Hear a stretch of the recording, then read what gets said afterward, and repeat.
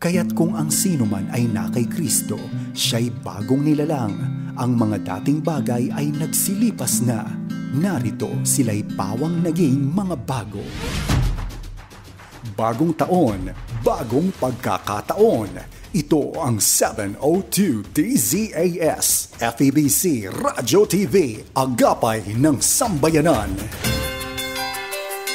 Merry Christmas mula po sa Dubai, United Arab Emirates. Ako po si Pastor Roman Guevara ng Rise of Church. Bumabati po sa lahat ng ating OFWs, ganoon na rin sa kanila pong mga mahal sa buhay sa Pilipinas man o sa iba't ibang panig ng mundo, especially through DZAS FEBC. Sa pagdiriwang po natin ng Kapaskuhan ngayong 2021, I'd like to share several things na nawa ay makatulong po sa atin sa ating pagdiriwang. Unang-una na po dyan, syempre yung let's be thankful. Magpasalamat po tayo sa Panginoon sa lahat po ng mga pagpapala na natamasa po natin, hindi lamang tung taon na ito, pero sama na rin natin mula nung nagkaroon ng pandemya, March of 2020. Akalain mo, no, magdadalawang taon na yung pandemyang yan. Pero nakita po ng marami sa atin kung paano tayo nakasurvive, kung paano tayo sinustain ni Lord, and even right now, patuloy na nakakaranas ng biyaya at pagpapala mula po sa Kanya, magpasalamat po tayo sa Panginoon. At bilang mga mananampalataya, kahit pa nga tayo nakaranas ng mga pagsubok, alam natin na dapat thank you Lord pa din tayo. Yan ang itinuturo sa atin ng Biblia, to rejoice in the Lord always and to be thankful in all circumstances. And we do that also sa pamagitan ng ating pagpupuri sa Kanya. We do that especially also sa pamagitan ng ating pagsamba sa Diyos.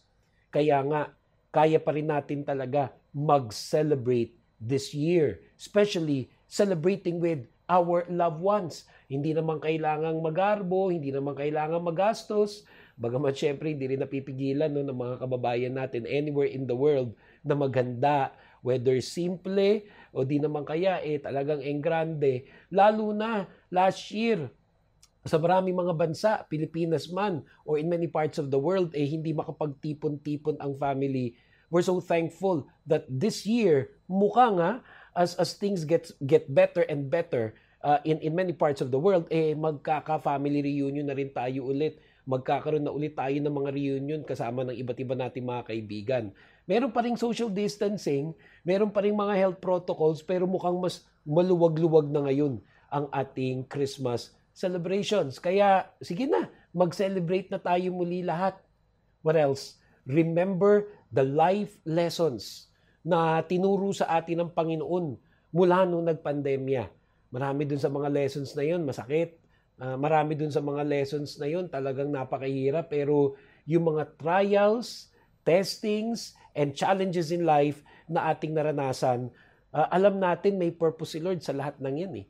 Hindi man natin agad-agad na lalaman ano ba yung purpose ni Lord at hindi man rin natin agad-agad na napipick up ano ba yung mga lessons, pero alam natin meron at marami. At sa ilan sa atin na napulot na yung mga lessons na yan, let's cherish those lessons in our hearts at bit-bitin natin sila even as we look forward to the future. Hold on to your faith dahil isa yan sa mga lesson talaga, masasabi mo siguro, pinaka-importanting lesson na tinuro sa atin itong pandemya among many life lessons, hold on to your faith. Yan ang nag-sustain sa atin . Yan ang nagpalakas sa atin, yan yung nagpalampas sa atin . Kaya nga, even as in many parts of the world, nag-o-open up na, inaalaw na ulit ang mga religious, physical, spiritual gatherings, mag-reconnect tayo sa ating spiritual community. Although nandiyan pa rin yung mga online ministries at malamang hindi na rin mawawala yan. Pero as many countries open up and allows us to gather once again like we did in the past. Diba? Ayan yung worship team, ayan yung pastor, ayan yung mga kapatiran, nagkikita-kita tayo together in corporate worship, nagba-Bible study, nagpapalakasan, nagpipray for one another. Let's reconnect to our spiritual communities. Lalo na kung halimbawa medyo nawala rin tayo for quite some time, na-disconnect tayo for quite some time, magbalik loob tayo sa Panginoon sa pamamagitan ng pagsali muli sa ating mga churches, ministries, and fellowships. Dahil napakahalaga po talaga na tayo ay lumakas, tumatag, tumibay sa ating pananampalatayang Kristiyano. Dahil sa pamamagitan ng ating pananampalataya, nalalagpasan po natin maging ang isa sa pinakamasakit na nangyari nitong pandemya, and that is the loss of our loved ones. May mga ilan po tayong OFWs, may mga ilan po tayong mga OFWs, yung kanilang mga mahal sa buhay, na biktima nitong pandemya, nagkasakit, at yung iba pa nga namatay. We must honor their memory. We must honor their memory. Masakit man yung loss, at hindi pa man ng marami sa atin nakaka-recover, ngunit napakahalaga that we honor their memory. And one of the ways that we can do that is by moving forward. Is by moving forward. I'm sure yung mga mahal natin sa buhay that are no longer here with us, sila may ating magulang, asawa, kapatid, anak, pinsan, uncle, lolo't lola, kaibigan, ka-church, even pastors. I'm sure many of them, ang desire mag-move forward tayo. That we may continue to believe that next year will be a better year. And even if it is difficult, na tayo pa rin magkaroon ng motivation to have a fresh start itong darating na bagong taon. And it is important as well that we forgive. Napakahalaga na tayo ay magpatawad. Alam nyo, itong pandemya, hindi rin inaasahan na nagkaroon ng mga hindi pagkakaunawaan sa mga mag-asawa, sa mga family members, mga magkakaibigan, magkasama sa eskwela, classmate, magkakasama sa trabaho, sa kumpanya, kahit pa nga church.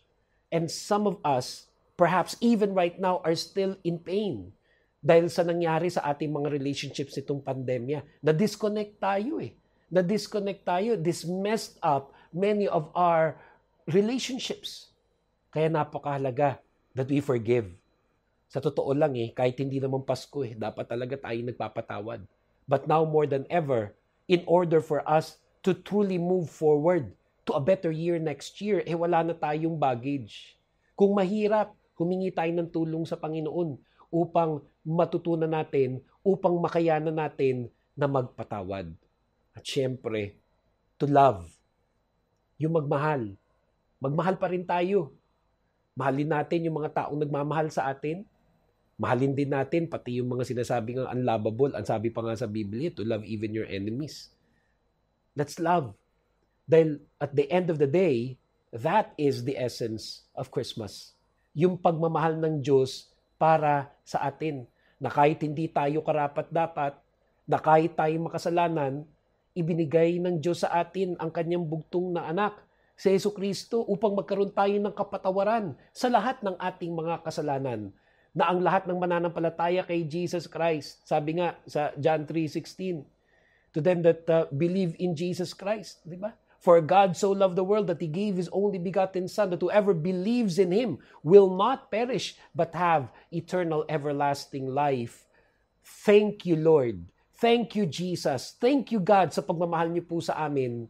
Ngunit importante na dahil naranasan natin ang pag-ibig ng Diyos, magmahal din po tayo sa ating kapwa. Na patuloy po tayong magmahal.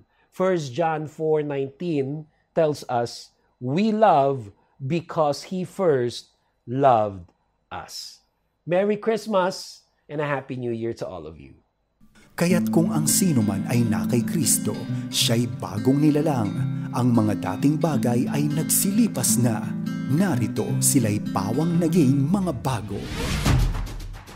Bagong taon, bagong pagkakataon. Ito ang 702 DZAS, FEBC Radio TV, Agapay ng Sambayanan.